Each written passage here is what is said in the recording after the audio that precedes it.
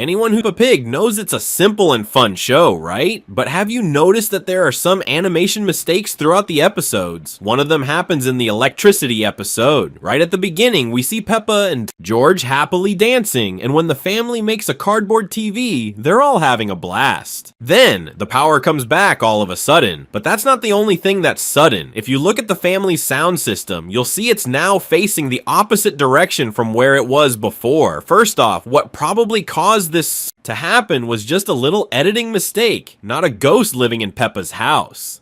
Anyway, grab some popcorn because it's time for another episode of Team Vagos. Now, let's talk about something really creepy that happened in the ballet episode.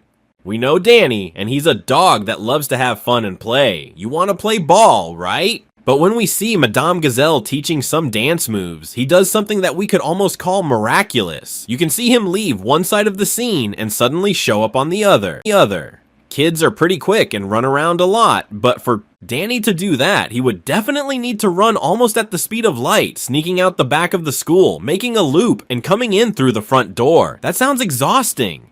Mr. Potato Head is definitely one of the most intriguing characters. After all, he's a talking vegetable, which is pretty weird on its own. In some episodes, we get to know the Super A Potato goes to Peppa's school to rescue Mr. Potato, who's stuck in his car. He uses super strength to lift the car's roof off, but before he can, Mr. Potato pops out through the top with his head, which totally defies the laws of physics. In Chloe's puppet show, a few things really stand out. When Peppa and her family arrive at Daddy Pig's brother's house, you can see the doorknob is on one side of the door when the family open up, but when we see the kids inside, it's like the entrance flipped to the other side since the doorknob switched sides from what we saw before. Plus, the door mysteriously looks closed, and when they walk in, Chloe's family is there, so it should have been open. That's a logical mistake. And if you're a fan of Peppa and her family, drop a comment below with P so we know who's part of our Pink Pig fan club, famous in the cartoon world from the swimming episode. Right at the start, we see a changing room with 4 doors, each a different color. Daddy Pig comes out of the first blue door, Mommy Pig from the green door, Peppa from the yellow door, and George from the red door, and they stay that way throughout the whole episode. But when we get to the end, something amazing happens. The colors completely change, and the order is flipped. Is this the upside down world of Stranger Things? Let's move on. It's Dad Pig's birthday episode, and Dad wishes he didn't have to go to work on his special day. The whole family is getting together to make a birthday cake for him. We see a bunch of ingredients on the table like milk, eggs, and flour. There's also a wooden spoon next to some chocolate chunks that they'll use shortly. Then Mommy Pig starts putting all the ingredients into a big bowl, and as the scene zooms out, looks like the spoon magically went right over to Mom. Seems like besides baking awesome cakes, she knows some pretty cool magic tricks. And it looks like George inherited that magic skill from Pig Mom too. Right after that, the main character asks to mix the cake batter, and her little brother is right there with her. Now take a look at George's hand. There's nothing in it, but in a split second, a second spoon pops up. Where did that come from? Going back to the puppet show at Cousin Chloe's house, we can notice a few more things that are off. When she shows the box with the puppet models to be painted, we see that there are 1, 2, 3, 4 puppets in there. Chloe pulls one out and we see only 3 left in the box. But then, in the next scene, after painting 2 eyes on the puppet she was holding, suddenly there are 4 puppets back in the box plus 1 in Chloe's hand, making a total of 5. That's the magic of it. The weirdest part is that when Chloe takes out the puppet she's going to use for the dinosaur marionette, we see that George's number of puppets changes again, going back to 3 like it should be. So Chloe grabs it to paint, and only 2 are left in the box, and they're right next to each other. That's when we notice another mistake. When the angle of the scene changes, we can still see 2 puppets in the box, but they're positioned differently than before. Now each of them is at one end of the container, which doesn't make any sense. But you know what makes a lot of sense?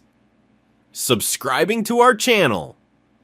If you're a fan of cartoons like we are, this is definitely the place for you. Now let's get into the episode where George gets a new dinosaur. We see that Peppa's world is a bit different since, besides talking animals and plants, celestial bodies tend to disappear quite often. At night we see the stars and the moon in their bedroom window. But when the scene shifts to just Dad and Mom, we notice the moon has gone for a stroll since it disappears.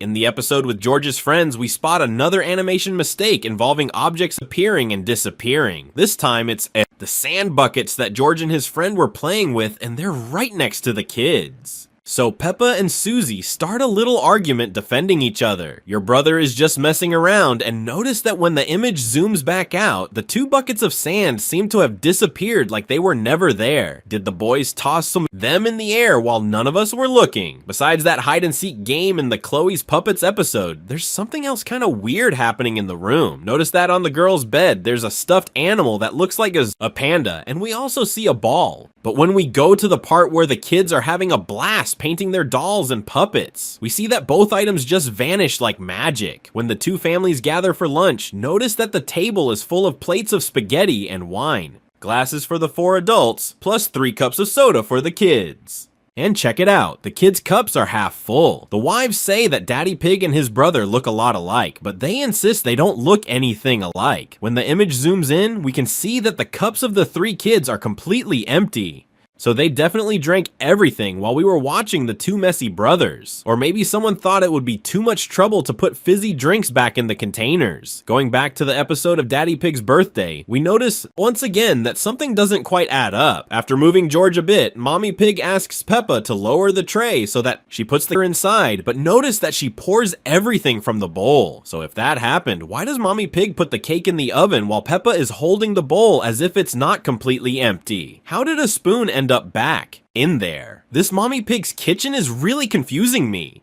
Even with a few little mistakes, Peppa Pig is one of the most well-known shows in the world, and those small inconsistencies are just part of it. It's normal. We're just letting it go. Awesome. Content for you to keep having fun with us. Thanks, and see you next time.